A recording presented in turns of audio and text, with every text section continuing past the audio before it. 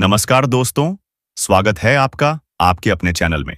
हमारी आज की कहानी है बेदर्द बुढ़ापा, जो एक बेहद प्रेरणादायक और दिल को छू लेने वाली कहानी है, इसलिए कहानी को पूरा सुने। जेठ का महीना अपनी पूरी क्रूरता पर था। आग उगलते मौसम में देवी दयाल जी अपने घर के आंगन में रखी एक चारपाई पर लेटे हुए थे। उनका बूढ़ा शरीर पसीने से तरबतर था। वैसे तो रात के 2 बज रहे थे, पर आंखों से नींद गायब थी। नींद आती भी तो कैसे? सुबह से अनाज का एक दाना भी उनके पेट में नहीं गया था। अब तो पेट की अंतड़ियां भी ऐंठ ऐंठ कर भोजन के लिए गुहार लगा रही थीं। आसमान की ओर निहारते हुए वे अपनी स्वर्गवासी पत्नी शारदा को याद करते हुए लगातार आंसू बहाए जा रहे थे, जो गालों की झुर्रियों में अपना रास्ता बनाते हुए गर्दन तक पहुंच रहे थे। आखिरकार भूख की तड़प जब बर्दाश्त से बाहर हो गई तो देवी दयाल जी कांपते हुए उठे।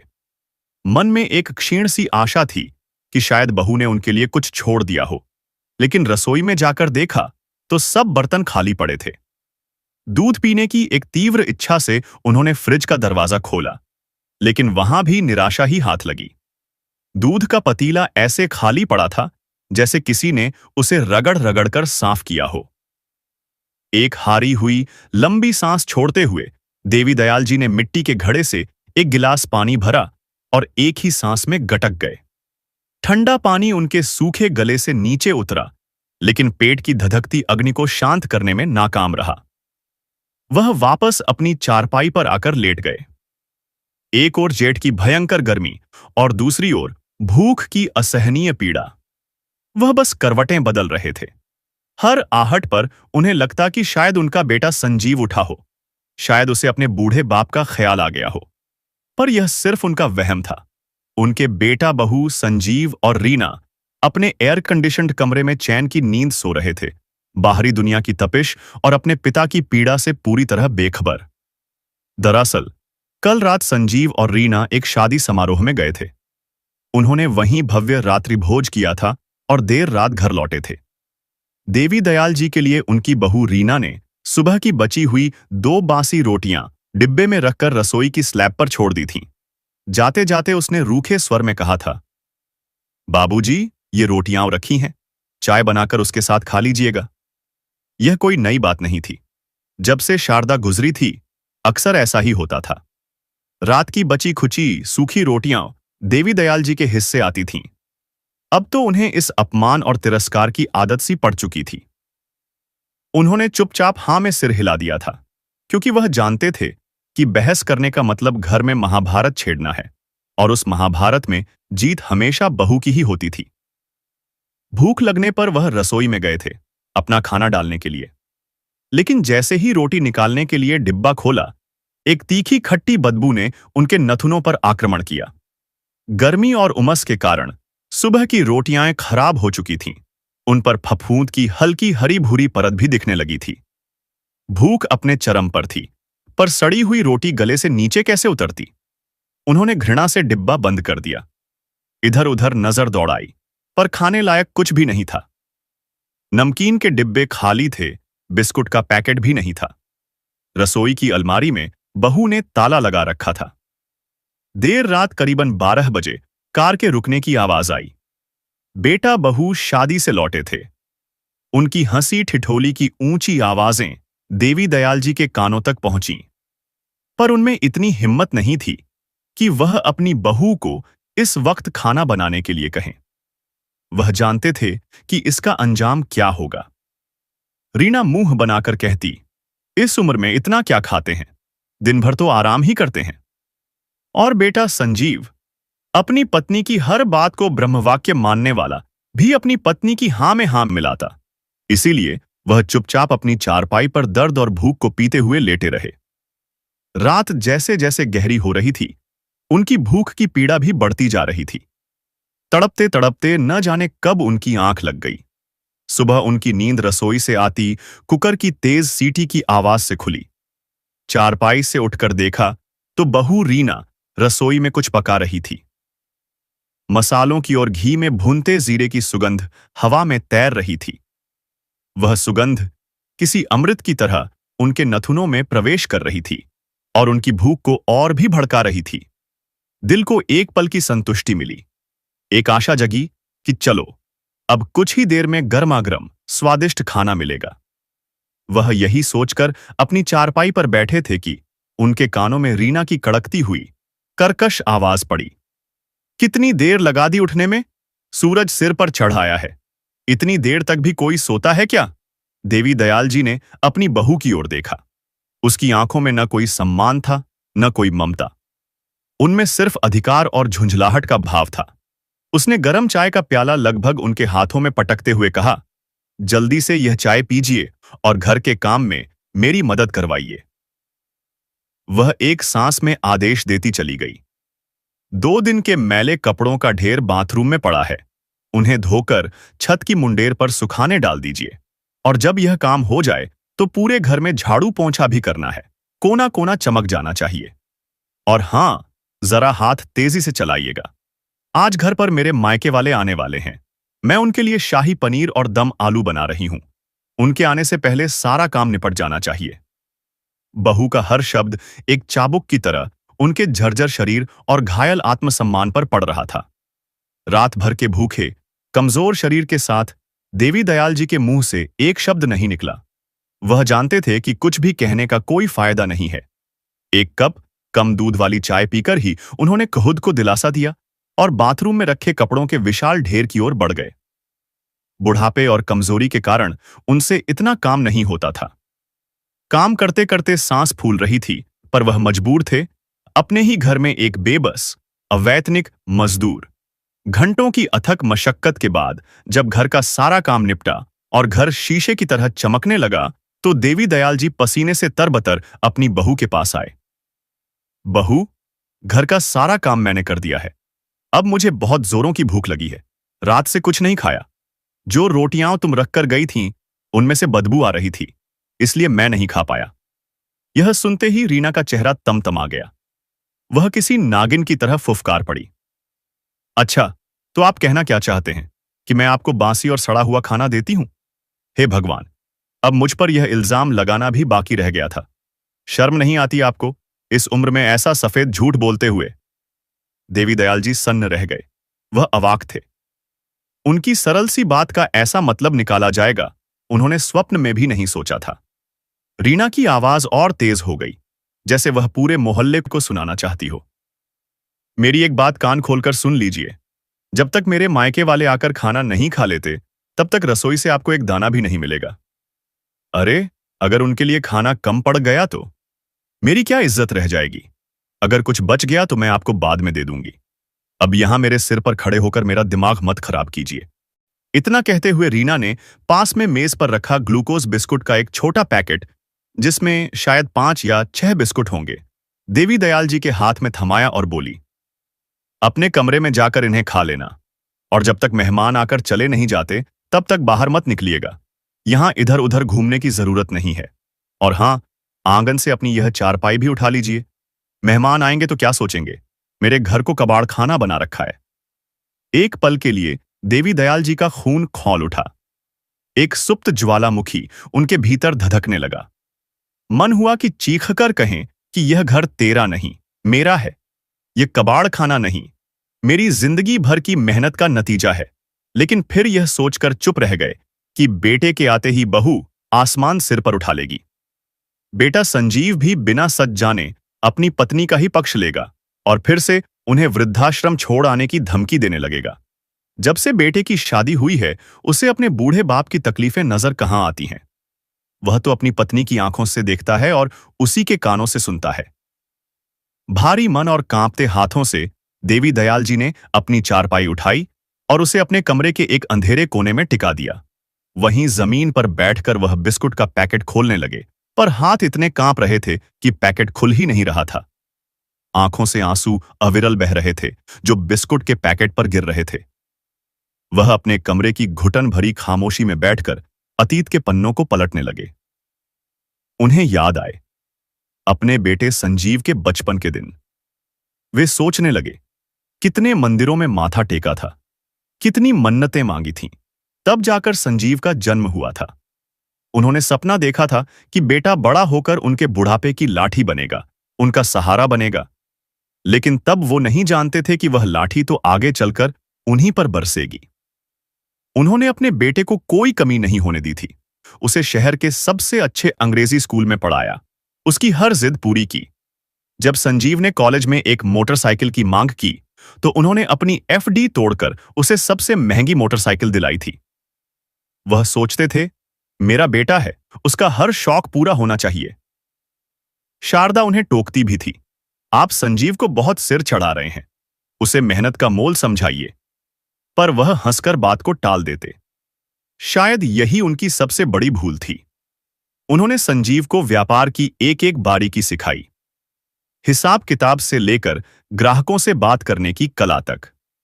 धीरे धीरे उन्होंने छोटी सी दुकान को संजीव टॉयज एम्पोरियम नामक एक 3 मंजिला शोरूम में तब्दील कर दिया। फिर यह आलीशान घर बनवाया। संजीव की पसंद की लड़की रीना, जो एक अच्छे संपन्न परिवार की पढ़ी लिखी लड़की थी, उससे उसकी शादी भी करवा दी।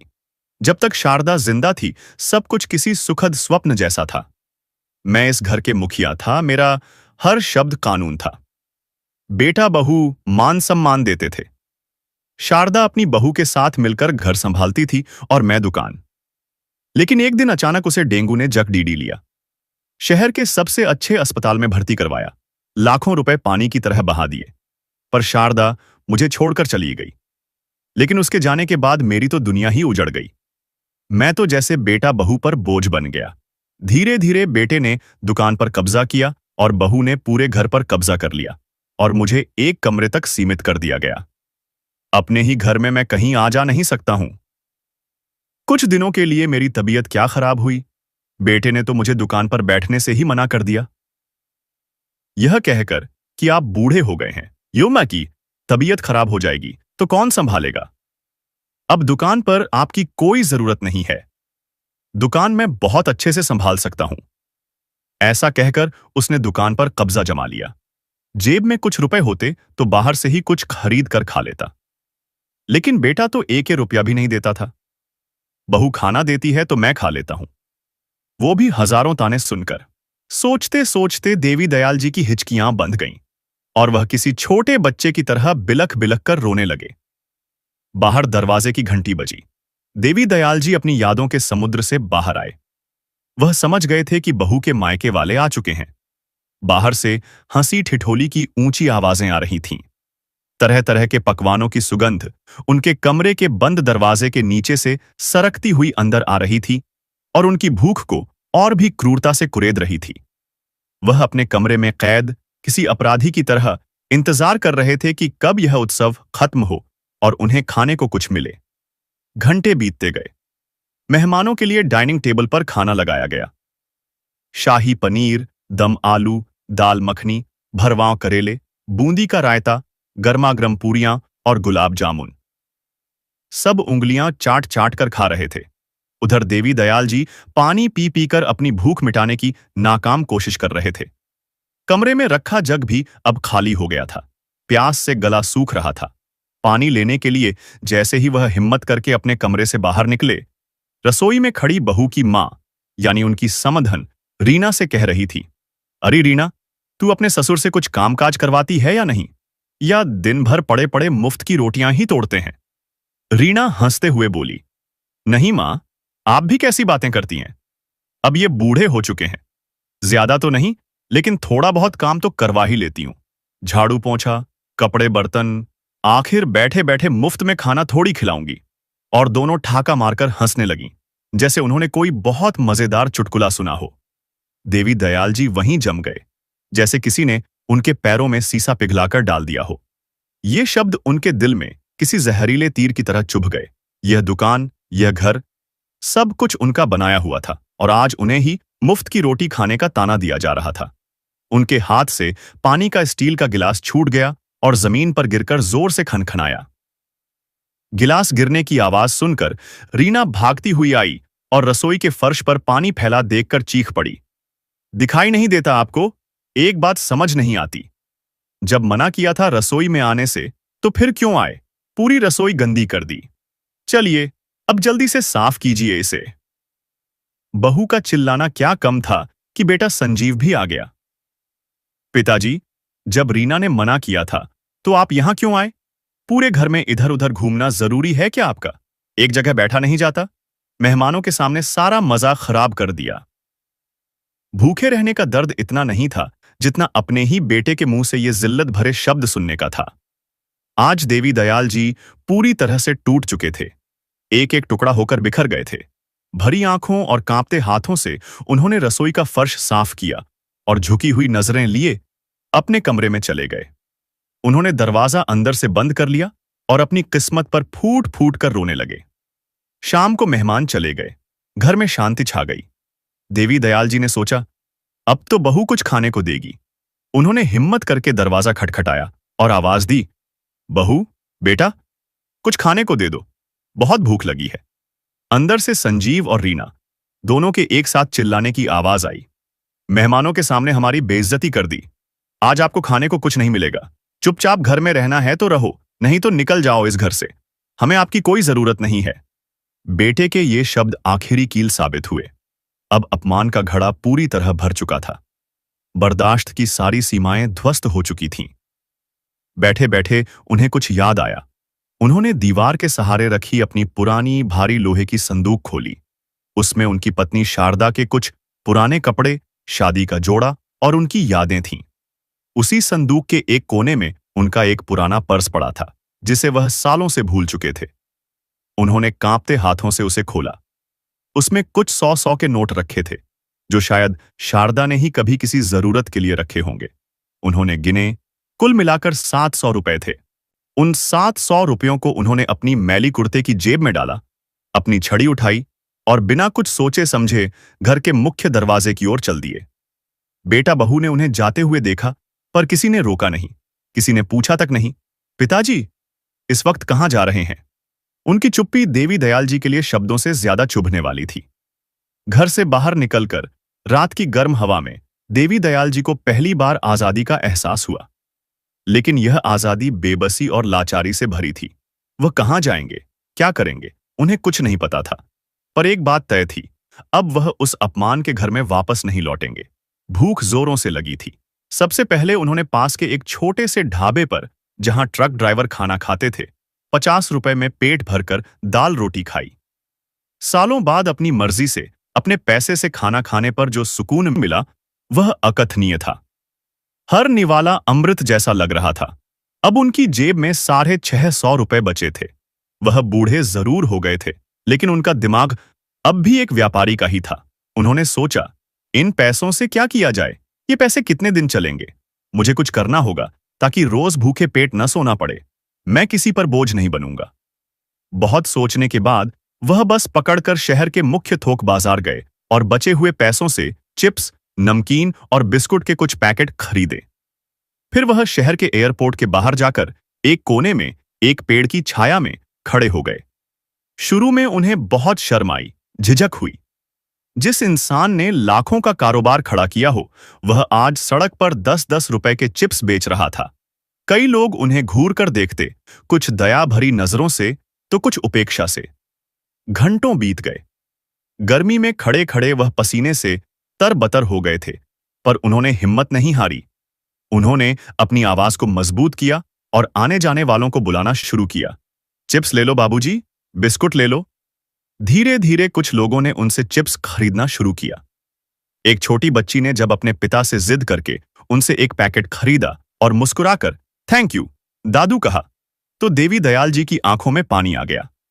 शाम होने तक उनके सारे पैकेट बिक गए। हिसाब किया तो 150 रुपए का फायदा हुआ था।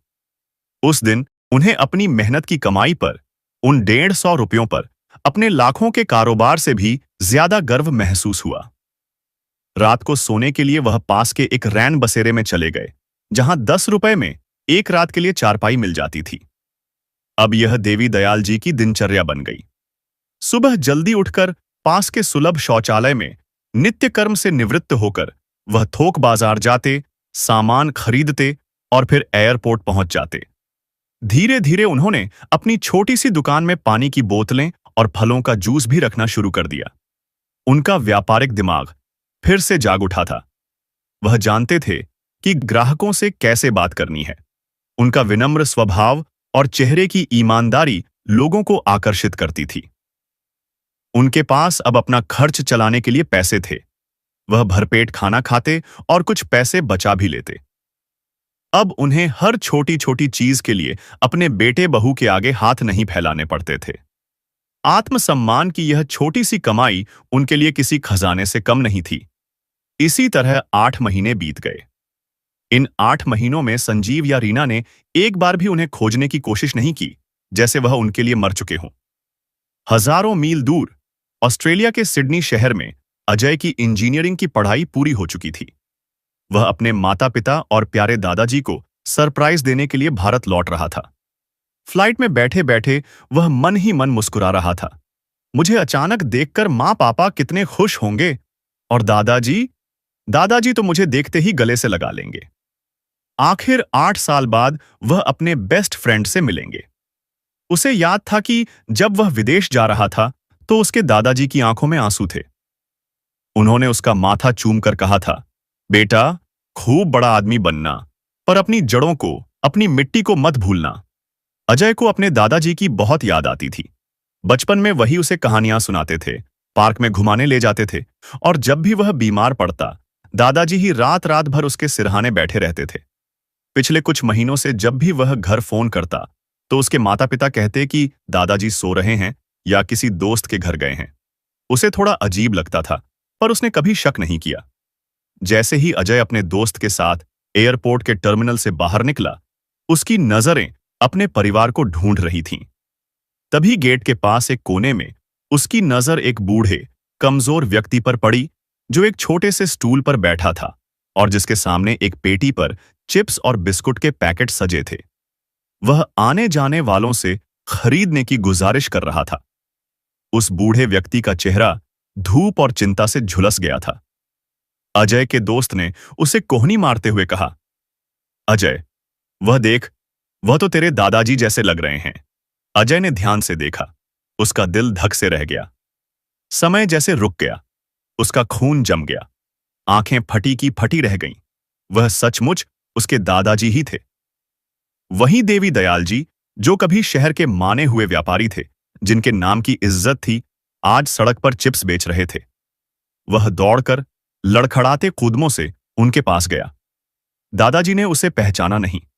उन्होंने एक थकी हुई, बुझी हुई आवाज में कहा, यह चिप्स खरीद लो बेटा, 10 रुपए का एक पैकेट है, बताओ कौन सा चाहिए। अजय की आंखों से झरझर आंसू बहने लगे। उसका गला रूंध गया। वह बस इतना ही कह पाया, मुझे मुझे तो बस मेरे दादाजी चाहिए। ये आवाज सुनकर देवी दयाल जी ने जैसे ही नजरें उठाईं, सामने उनका अजय खड़ा था, उनका प्यारा अज्जू। एक पल के लिए उन्हें अपनी आंखों पर यकीन नहीं हुआ। फिर दोनों दादा पोता एक दूसरे से लिपट गए और ऐसे रोए जैसे बरसों का दर्द और प्यार आज बाहर निकल रहा हो। वह मिलन इतना मार्मिक और निश्चल था कि पास खड़ा अजय का दोस्त और आसपास के कुछ लोगों की आंखें भी नम हो गईं। कुछ देर बाद जब दोनों शांत हुए तो अजय ने अपने दादाजी को गौर से देखा। वह पहले से बहुत ज्यादा कमजोर और बूढ़े लग रहे थे। उनके कपड़े मैले और पुराने थे। उनके चेहरे पर वेदनाओं, अपमान और संघर्ष के गहरे निशान थे। अजय ने भरे गले से पूछा, दादाजी, आप यहां इस हालत में? इस उम्र में तो आपको घर पर आराम करना चाहिए। आपको यह सब करने की क्या जरूरत पड़ गई? और मम्मी पापा कहां हैं? क्या उन्होंने आपको रोका नहीं? अपने पोते के मुंह से प्यार और अपनेपन से भरे शब्द सुनकर देवी दयाल जी का सब्र का बांध टूट गया। उन्होंने सिसकते हुए, कांपती आवाज में अपने ऊपर हुए एक एक अत्याचार की कहानी अजय को सुना दी। कैसे उन्हें बासी रोटियां दी जाती थीं, कैसे उनसे नौकरों की तरह काम करवाया जाता था, कैसे उन्हें भूखा रखा जाता था और आखिर में कैसे उन्हें घर से निकल जाने के लिए कहा गया था। यह सब सुनकर अजय के पैरों तले जमीन खिसक गई। उसका सिर चकराने लगा। जिन माता पिता को वह आज तक भगवान का दर्जा देता आया था, उनकी ऐसी शैतानी करतूत सुनकर वह दंग रह गया। उसे यकीन नहीं हो रहा था कि कोई इंसान, कोई बेटा अपने पिता के साथ ऐसा क्रूर सलूक भी कर सकता है। अब अजय की आंखों में आंसू की जगह अंगारे दहक रहे थे। उसने ठान लिया कि जिन लोगों ने उसके दादाजी के साथ जानवरों से भी बदतर सुलूक किया है, उन्हें वह सबक सिखाकर रहेगा। सबसे पहले वह अपने दादाजी को एक 5 सितारा होटल में ले गया। वहां उन्हें अपने हाथों से स्वादिष्ट खाना खिलाया और उनके लिए एक आलीशान आरामदायक कमरा बुक करवाया। फिर बोला, दादाजी, आप यहीं आराम से रहिए, मैं जल्द ही वापस आऊंगा। अब आपको कोई अपमान नहीं सहना पड़ेगा। अजय जब घर पहुंचा तो दरवाजा रीना ने खोला। अपने बेटे को अचानक सामने देखकर वह खुशी से चीख पड़ी। अरे बेटा, अजय, तू आ गया। बताया भी नहीं कि आ रहा है। बताती तो हम तेरे स्वागत की अच्छी तैयारी करके रखते। अजय ने अपनी मां की आंखों में झांकते हुए एक ठंडे गंभीर स्वर में कहा, अगर मैं पहले बता देता तो मैं वह सब कैसे देख पाता जो मैंने आज अपनी आंखों से देखा है। रीना को कुछ समझ नहीं आया। उसने अपने पति को आवाज लगाई, अजी सुनते हो, देखो तो हमारा बेटा आया है। संजीव भी बाहर आया और अपने बेटे को देखकर खुश हो गया। लेकिन अजय के चेहरे पर खुशी की कोई लहर नहीं थी। जैसे ही रीना उसे गले लगाने आगे बढ़ी, अजय ने उसका हाथ झटक दिया और कठोरता से पूछा, मां, दादाजी कहां हैं? घर में नजर क्यों नहीं आ रहे? यह सवाल सुनकर रीना और संजीव के चेहरे का रंग उड़ गया। रीना ने घबराते हुए कहा, अरे बेटा, तेरे दादाजी, वह तो अपने किसी दोस्त के घर गए हैं, यहीं शहर में, आ जाएंगे। अजय ने घूरकर अपनी मां को देखा और सीधा दादाजी के कमरे की ओर बढ़ा। कमरा खाली था और उसमें एक अजीब सी सीलन, घुटन और उदासी भरी थी। रीना पीछे पीछे आई और बनावटी हंसी हंसते हुए बोली, तुझे तो मालूम है, तेरे दादाजी कुछ काम धाम तो करते नहीं, बस सारा दिन पड़े पड़े बोर होते रहते हैं, इसलिए हमने ही कहा था कि कभी कभार बाहर घूम आया करो। अपनी मां के मुंह से यह सफेद झूठ सुनकर अजय का खहून खौल उठा। शाम से रात हो गई, पर जब दादाजी घर नहीं लौटे तो अजय ने फिर अपने पिता से पूछा, पापा, दादाजी अभी तक नहीं आए, क्या आपको उनकी जरा भी चिंता नहीं हो रही? संजीव ने लापरवाही से कहा, अरे बेटा, चिंता की कोई बात नहीं है, वह कभी कभी अपने दोस्त के यहां रुक जाते हैं, आ जाएंगे। तू सफर से थक गया होगा, जा आराम कर। अगली सुबह अजय तैयार होकर सीधा होटल गया। उसने अपने दादाजी के साथ नाश्ता किया और उन्हें हिम्मत देते हुए कहा, दादाजी, आप बिल्कुल फिक्र मत कीजिए, आज न्याय होगा। उसके बाद अजय अपने दादाजी को लेकर घर पहुंचा। दरवाजे पर अपने पिता और पोते को एक साथ देखकर संजीव और रीना हक्के बक्के रह गए। उनके मुंह खुले के खुले रह गए, जैसे उन्होंने कोई भूत देख लिया हो। रीना ने हड़बड़ाते हुए पूछा, बेटा, तुम्हें तुम्हें दादाजी कहां मिले? अजय ने नफरत भरी नजरों से अपनी मां को देखते हुए कहा, वहां मिले जहां आपने उन्हें मरने के लिए छोड़ दिया था, सड़क पर, एयरपोर्ट के बाहर, भरी धूप में, 10-10 रुपए के लिए लोगों के सामने हाथ फैलाते हुए। यह सुनते ही संजीव और रीना की नजरें शर्म और डर से झुक गईं। अजय की आवाज अब किसी सिंह की गर्जना की तरह पूरे घर में गूंज रही थी। शर्म आती है मुझे आप दोनों को अपने माता पिता कहते हुए। कितने कृतज्ञ और एहसान फरामोश हैं आप लोग। जिस इंसान ने अपनी पूरी जिंदगी, अपना खून पसीना एक करके आपको इस मुकाम तक पहुंचाया, आपने उसी महान इंसान को भूखा रखा, उनसे नौकरों की तरह काम करवाया और झूठ पर झूठ बोलते रहे। वह अपनी मां की ओर मुड़ा।